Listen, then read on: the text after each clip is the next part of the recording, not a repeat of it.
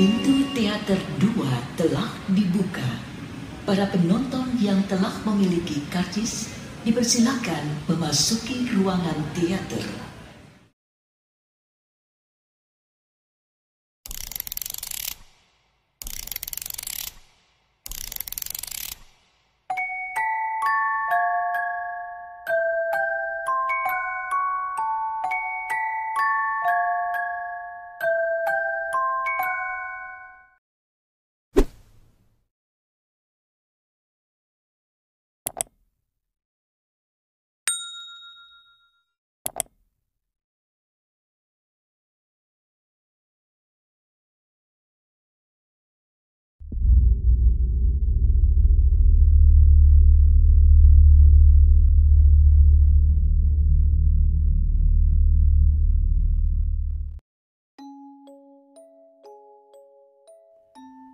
Aku berjalan seorang diri pada jalanan terjal yang gelap dan sepi.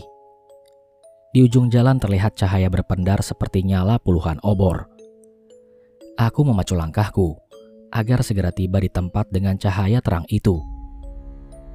Suara sorak-sorai begitu riuh. Aku tiba pada sebuah tempat di mana pagelaran seni jaipong sedang berlangsung. 3 orang penari cantik sedang meleak-liukan tubuhnya mengikuti hentakan suara gendang dan gamelan. Baju ketiga penari itu berwarna hijau, merah dan coklat, dengan selendang berwarna kuning keemasan. Aku kian dekat menyaksikan gegap gempita alunan lagu, turut berjubel di antara puluhan penonton yang membanjiri tanah lapang itu. Beberapa saat kemudian 3 penari tersebut menghampiri 3 orang pria. 2 diantaranya bernama Dimas dan Arya. Mereka rekanku yang turut serta mendaki gunung ini.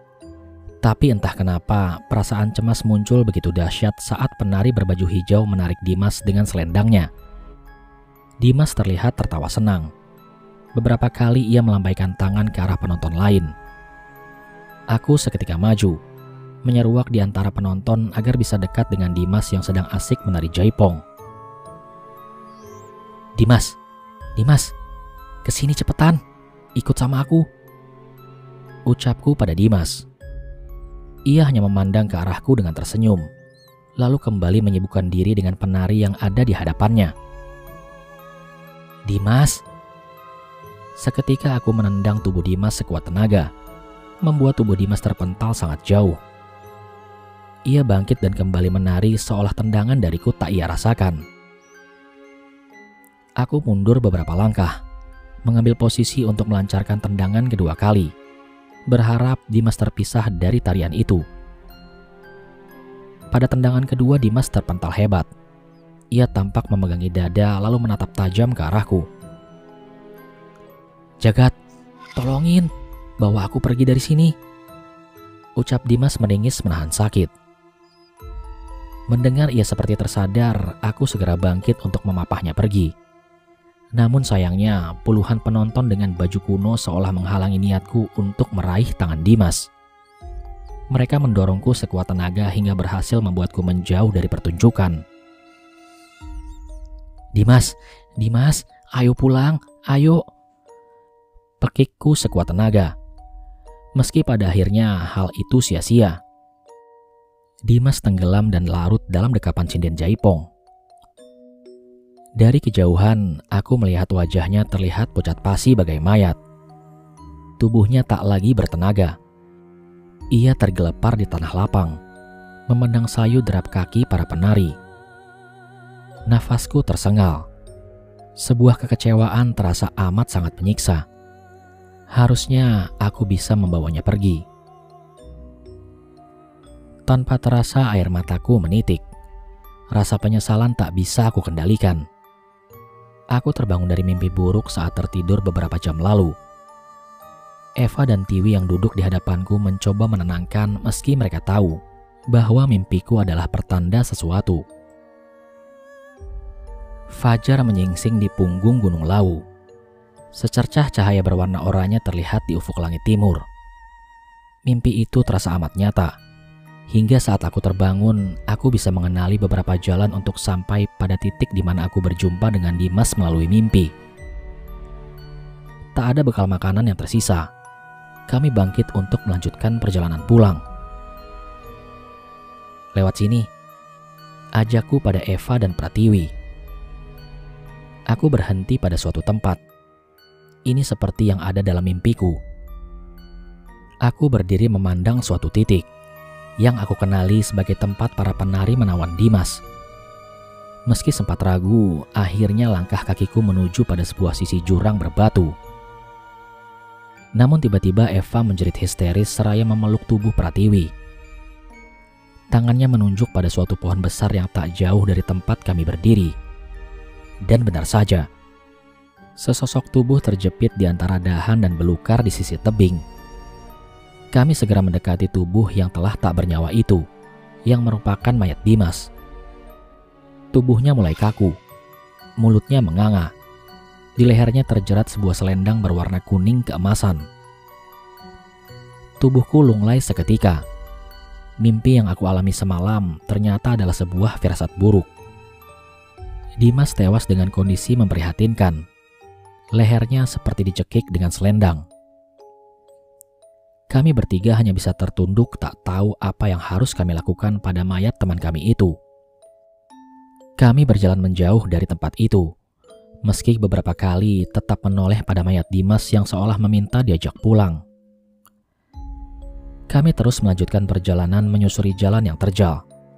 Dengan sisa tenaga yang kami miliki, beruntunglah kami menemukan sebuah sumber mata air yang mengalir dengan jernih. Kami berhenti untuk meminum sepuasnya. Kami duduk melepas lelah. Tak ada kata-kata keluar dari bibir kami bertiga. Hanya saja, jika dalam beberapa jam ke depan tidak menemukan sumber makanan, mungkin kami akan binasa di gunung ini. Pratiwi dan Eva mengambil air secukupnya untuk kami bawa sebagai bekal menuruni bukit ini. Hanya air tanpa makanan. Jika dalam beberapa jam kami tiba di hutan, mungkin kami bisa bertahan dengan memakan umbi-umbian atau buah. Tapi jika kami masih terperangkap di jalan terjal berbatu, maka hanya menunggu keajaiban untuk bisa selamat. "Apa yang terjadi saat kita terpisah?" ucapku pada Eva. Dia hanya diam memandang bukit terjal yang kami lalui. Perempuan itu sepertinya enggan untuk menjawab. Eva berhenti dan duduk pada sebuah batang pohon yang rebah. Dia memandang ke arah Pratiwi dan aku bergantian. Sejenak ia hanya menarik nafas dalam-dalam. Saat itu hujan deras memisahkan kami dan rombongan. Aku, Dimas, Catur, Arya, Bahtiar, Ana, dan Sofia memutuskan berhenti pada sebuah tempat seperti sebuah pos. Hujan deras kala itu memutus jalur yang kami lalui. Ucapnya dengan perlahan, lalu kembali diam. Saat berteduh, Ana dan Catur memisahkan diri. Lalu Bahtiar memergoki mereka sedang bercumbu di belakang pos. Bahtiar begitu marah. Aku masih memaklumi karena Bahtiar adalah mantan kekasih Ana. Tetapi bukan itu yang menjadi pemicu musibah ini. Beberapa lama berselang, Catur kembali berulah. Dia dengan sengaja mengencingi sebuah gundukan seperti sebuah makam. Catur memaki tiada henti. Ia menganggap mendaki gunung adalah sebuah perbuatan konyol. Saat kemarahannya memuncak, Catur merusak nisan makam itu dan membuang batu nisan itu ke bawah tebing. Hujan yang kami harapkan segera mereda justru malah makin deras. Karena gak tahan melihat kegaduhan dua rekan kami memilih memisahkan diri dengan menerobos hujan deras. Sofia dan Arya meninggalkan kami. Hingga kami hanya tersisa 5 orang. Awalnya kami mengira semua baik-baik saja ketika hujan reda hingga kami melanjutkan perjalanan kembali. Entah berapa lama kami berjalan, justru kami seolah berputar-putar pada tempat yang sama. Kami kelelahan. Catur yang sedari awal gak bisa dikendalikan terus memaki keadaan. Ujar Eva melanjutkan ucapannya. Malam perlahan menyelimuti. Kami berhenti untuk membuat tenda dan bermalam. Pada saat tenda selesai dikerjakan, Catur dan Ana pamit untuk mandi ke sebuah telaga. Kami curiga 2 orang itu gak kembali. Hingga Dimas dan Bahtiar berniat menyusul. Dan benar aja dugaan Dimas. Di sebuah telaga, Dimas dan Bahtiar melihat Catur dan Ana bersenggama di tempat terbuka. Bahtiar mencoba menasihati, tapi justru dua orang itu malah semakin liar. Akhirnya mendengar keadaan seperti itu, kami sepakat meninggalkan mereka berdua. Terlebih malam itu, langit kembali mendung disertai gemuruh dan petir. Aku, Dimas, dan Bahtiar meninggalkan mereka begitu saja. Kami khawatir perbuatan catur akan membuat kami semua celaka. Eva bicara terisak-isak dan ia mencoba mengingat sesuatu. Udahlah, jangan nangis lagi. Setidaknya untuk saat ini kita mencoba untuk pulang. Ucap Pratiwi mencoba menenangkan. Ia memeluk Eva dengan erat. Ada kecemasan yang dia rasakan akan nasib kami yang tak menentu. Harusnya kita hanya butuh beberapa jam dari pos awal menuju puncak. Hanya saja terkadang hal tak terduga terjadi menimpa para pendaki. Ujarnya kembali. Pratiwi menatap Sayu. Ia masih terlihat tegar meski perjalanan tak semulus sebelumnya. Pulang. Itu adalah tujuan akhir kami. Perjalanan kali ini serasa tak masuk akal karena antara berangkat dan pulang kami menggunakan jalur yang berbeda. Kami seolah memutari punggungan Lawu yang terjal dan berliku. Mulai dari Cemoro Kandang, Taman Sari Bawah, Taman Sari Atas, lalu Pos 3 Tengik. Kali ini kami mencoba untuk konsisten menyusuri jalur yang kami yakini dari Pasar Dieng, Gupak Menjangan, Bulak Peperangan, hingga nantinya Candi Ceto dan Candi Ketek. Setiap gunung memiliki cerita mistis tersendiri. Begitu pula dengan Gunung Lawu. Konon ada beberapa pantangan yang tak boleh dilanggar oleh para pendaki. Di antaranya adalah tidak boleh mendaki dalam jumlah ganjil, atau memakai pakaian berwarna hijau, dan banyak lagi pantangan yang lainnya. Gunung Lawu menyimpan jejak sejarah masa silam, yakni runtuhnya Kerajaan Majapahit. Konon rajanya yang bergelar Prabu Brawijaya V mengasingkan diri dari hutan Gunung Lawu. Pada masa itu terjadi pergolakan hebat yang menyebabkan Adipati Cepu melakukan pengejaran pada Prabu Brawijaya V, hingga terjadi peperangan hebat di suatu tempat yang kemudian disebut Bulak Peperangan. Dan saking murkanya Prabu Brawijaya V, beliau sampai mengutuk keturunan Adipati Cepu yang mencoba mendaki Gunung Lawu. Sesekali kami berhenti di hamparan savana yang begitu luas. Hembusan angin terasa lebih kuat daripada tempat terbuka semacam ini. Eva masih terdiam. Ia melihat ke arah belakang lagi. Hal itu membuat aku dan Pratiwi bertanya tentang kerisauan yang dialami rekan kami ini. Ada sesuatu yang mengganjal, Eva? Tanya Pratiwi ketika kami beristirahat. Eva hanya menoleh ke belakang, tempat kami meninggalkan jasad Dimas. Mulutnya seolah terkunci dan enggan untuk berbicara. Gurat wajahnya terlihat murung. Berkali-kali ia menggelengkan kepalanya. Aku merasa kita diikuti. Ucap Eva tetap memandang ke arah belakang tempat kami menuruni bukit. Ia menangis sejadi-jadinya. Eva, Eva. Pratiwi mencoba menyadarkan Eva yang terlihat begitu rapuh. Eva, tenang. Kita sedang menuju jalan pulang, ujar Pratiwi. Tapi mereka masih ngikutin kita. Mereka ingin kita tetap berada di sini selamanya. Eva makin beringas. Ia meronta dan berteriak. Di saat yang bersamaan, aku merasakan hal yang tak biasa terjadi. Udara tempat itu begitu pengap seolah berada di ruangan yang tertutup. Ada aura mistis yang menyelimuti tempat kami berdiri. Aku tak bisa berbuat apa-apa, selain berdoa dalam hati berharap keselamatan menyertai kami. Mendung bergulung pekat sekitaran Lawu. Langit yang tadinya cerah dengan sorot purnama yang menerangi jalan, kini terlihat gelap. Gumpalan awan dan petir kembali bersahutan membuat kami segera berlari mencari tempat berlindung sebelum terjadi badai. Lihat, ada gubuk kecil di sana. Ayo cepat kita berlindung, ajak Pratiwi kepada kami. Tangannya menunjuk ke sebuah bangunan yang terbuat dari seng dan kayu pada sisi jalan. Aku dan Eva segera berlari secepat mungkin agar tak terjebak kabut tebal. Kami tiba di gubuk itu. Bangunan seadanya berukuran kurang lebih 5 x 6 meter itu terlihat cukup panjang. Mungkin gubuk ini juga berfungsi sebagai pos para pendaki yang singgah. Badai masih belum reda. Cuaca makin menggila. Angin bergerak mempermainkannya pucuk-pucuk cemara. Harusnya kami akan tiba di lereng gunung sekitar 4 atau 5 jam lagi. Tapi dengan kondisi badai sedahsyat ini, mungkin sangat mustahil tiba di lereng gunung tepat waktu. Di tengah hujan yang deras, sayup-sayup terdengar suara gong. Kami saling pandang. "Kamu dengar itu, Wi?" tanyaku pada Pratiwi. Dia mengangguk dan kembali diam. Mereka menuju ke tempat ini. Eva yang tadinya mulai tenang, kini kembali gusar. Mimik wajahnya terlihat amat sangat ketakutan. Siapa yang kamu maksud, Eva?" tanyaku dengan bingung. Mereka ingin kita tetap di sini bersama mereka. Lanjut Eva, kemudian ia menatap tajam ke arahku. "Kita akan mati," ujarnya kembali. Aku mundur menjauh dari Eva.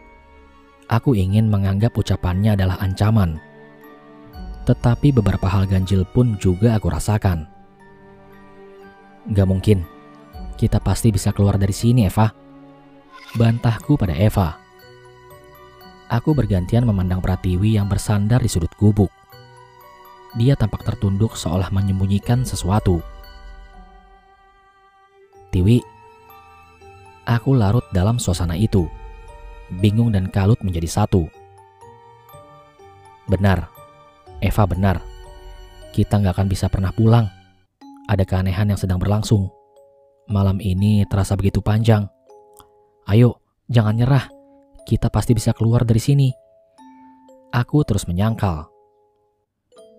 Aku berjalan menjauh dari Pratiwi dan Eva. Teringat beberapa hal yang terjadi sangat aneh di mana aku bertemu dengan para pendaki gunung lainnya. Mereka seolah acuh tanpa menghiraukan keberadaanku. Belum lagi soal perjalanan kami yang seperti tak ada ujungnya. Kami terus mengitari bukit ini tanpa menemukan titik jalur untuk pulang. Bingung dan tak tahu harus berbuat apa. Kami hanya duduk sepanjang waktu. Hingga dirasa kabut mulai lenyap, kami pun memutuskan untuk melanjutkan perjalanan. Aku tak pernah menyangka bahwa pendakian Gunung Lawu akan seseram ini. Dari kejauhan, tanpa sengaja pandangan kami tertuju pada ujung jalan. Tampak serombongan orang berjalan dan kami merasa sedikit tenang karena akhirnya kami bertemu pendaki lain. Jarak kami dengan mereka mungkin sekitar 300 meter.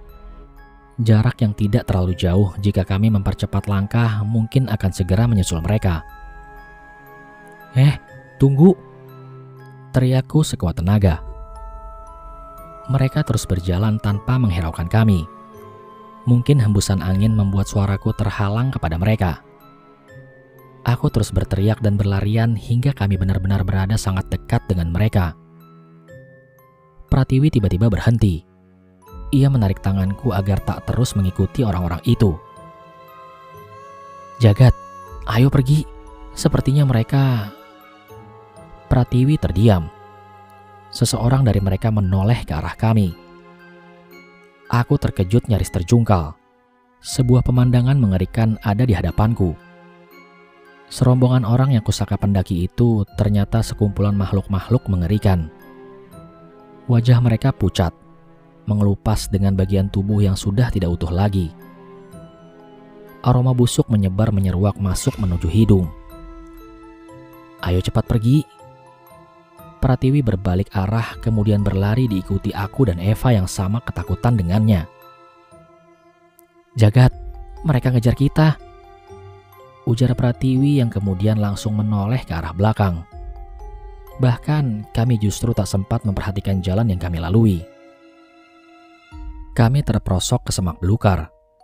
Tubuh kami menggelinding menuruni bukit terjal yang berbatu. Tulang dan sendi-sendi tubuhku seolah remuk tak beraturan. Terasa sangat sakit. Hingga beberapa lama berlangsung, akhirnya tubuh kami terpental ketika menghempas sesuatu yang keras di bawah sana. Pratiwi tampak meringis memegangi dadanya. Dia berusaha berdiri namun terjatuh lagi. Begitu juga denganku yang justru kesulitan untuk bangkit. Aku hanya membuka mata tanpa bisa menggerakkan tubuhku. Tiba-tiba suara derap langkah kaki terdengar di sekitar kami. Jagat, Tiwi. Terdengar suara-suara memanggil kami. Eva, Dimas, Arya, di mana kalian? Seru suara lainnya terus memanggil. Suara mereka menggema, tersirat entah dari mana asalnya. Mas Pandu, Jagat, bangun. Itu mereka mencari kita. Itu suara Mas Pandu dan kawan-kawan. Ucap Pratiwi dengan tenaga yang tersisa. Ia mencoba memberikan jawaban. Tolong, tolong, pekiknya. Suara Pratiwi menggema ke seluruh penjuru bukit. Aku yang tadinya masih kesulitan bangkit berusaha menarik akar pohon agar tubuhku bisa duduk bersandar. Tolong, kami terjepit di antara lembah, jeritku saat itu. Mataku tak bisa memandang jelas karena tetesan darah dari kepala menghambat penglihatanku. Pratiwi terus saja menjerit. Tiwi, Jagat, di mana kalian? Suara Mas Pandu diikuti suara lainnya terus menyeru. Hal itu berlangsung cukup lama, hingga kami benar-benar kehabisan tenaga untuk berteriak dan merangkak. Pratiwi yang makin lemah mencoba mengesot ke arahku. Ia tersenyum. Aku tahu, ia mulai pasrah. Begitu pula dengan aku. Tak ada yang bisa aku lakukan selain berdoa di dalam hati. Aku masih hidup dan cuma itu yang aku bisa lakukan untuk berharap keselamatan. Mataku perlahan tertutup, merasakan pekat yang teramat sangat. Kepalaku terasa ringan. Sepertinya aku akan menyusul Pratiwi yang sudah tak berkutik beberapa menit yang lalu. Mati. Dengan mata yang terpejam dan tak mampu melihat apapun, telingaku masih mendengar suara-suara yang menyerukan kepada kami. Meski pada akhirnya suara-suara itu perlahan sirna dari indera pendengaranku. Sesaat kemudian, samar-samar ku dengar seorang sedang bersenandung. Entah bagaimana, tubuhku terasa amat ringan hingga aku mampu berjalan mengikuti sumber suara orang bersenandung itu. Pratiwi yang tadinya terlihat berantakan dan kumal akibat terperosok di jurang denganku kini tampak bersih.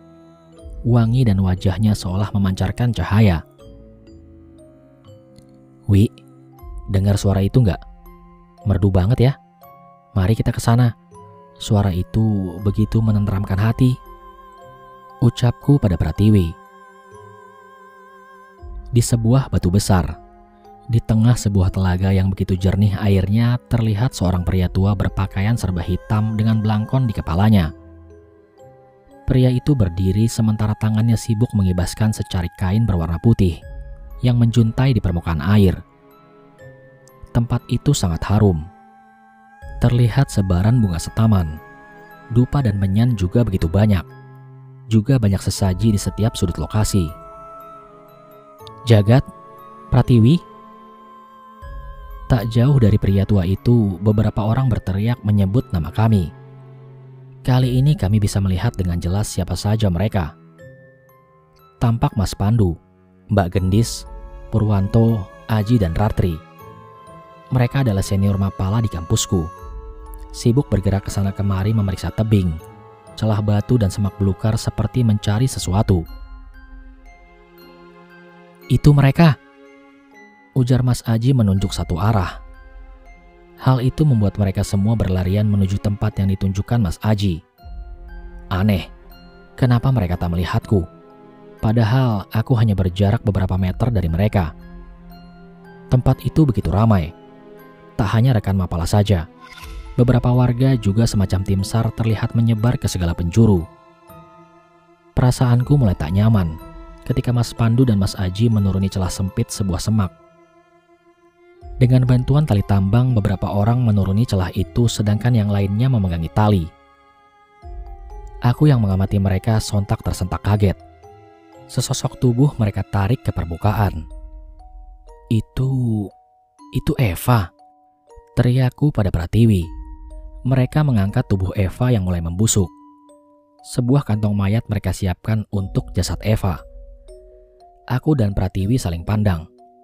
Kami mundur beberapa langkah. Kami tak bicara satu sama lain. Rasa takut ini amatlah besar. Atau mungkinkah kami telah mati? "Jagat, Tiwi!" teriak seseorang di sisi tebing lainnya, diikuti oleh beberapa orang yang berlarian menuju tebing.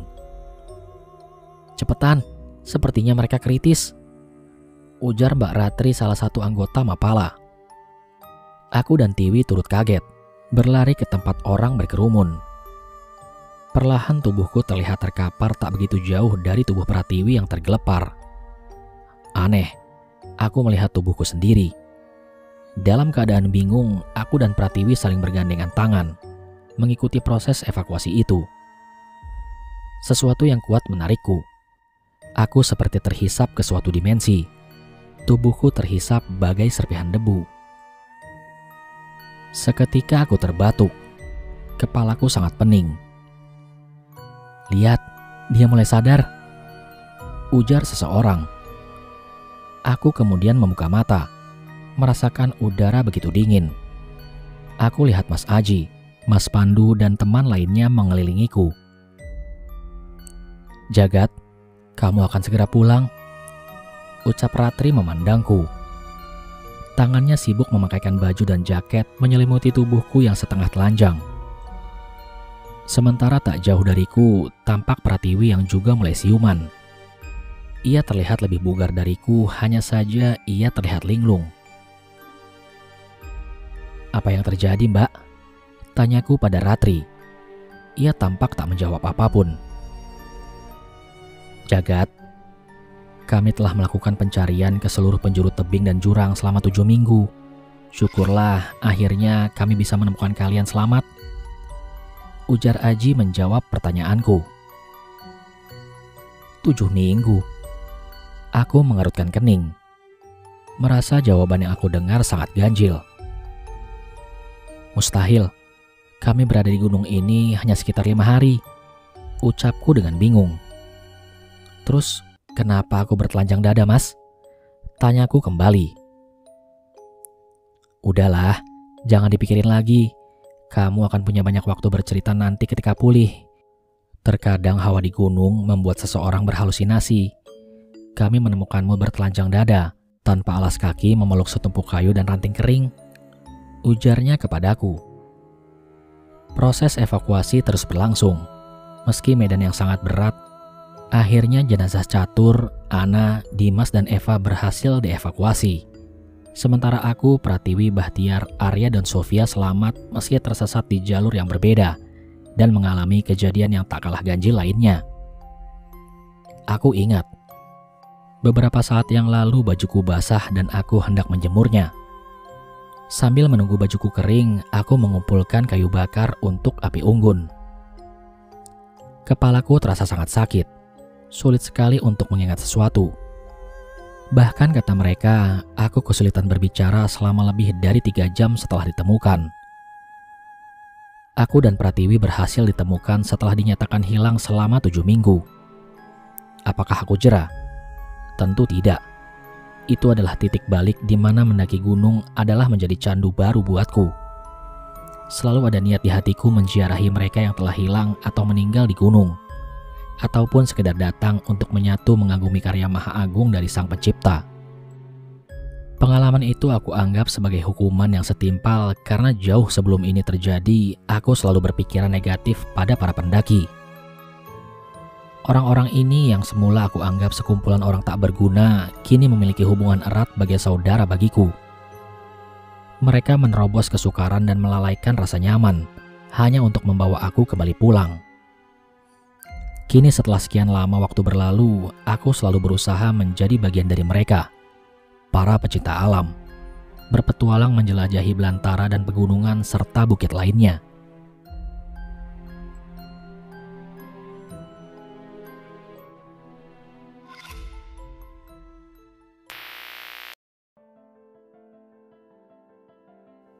Sekian cerita pada kesempatan kali ini. Semoga dapat diambil sisi positif dari cerita ini. Terima kasih saya ucapkan kepada teman-teman yang sudah menyimak cerita ini dari part 1. Sampai di sini dulu perjumpaan kita kali ini. Sampai bertemu pada episode selanjutnya. Saya Aldi pamit undur diri dari hadapan kalian. Wassalamualaikum warahmatullahi wabarakatuh.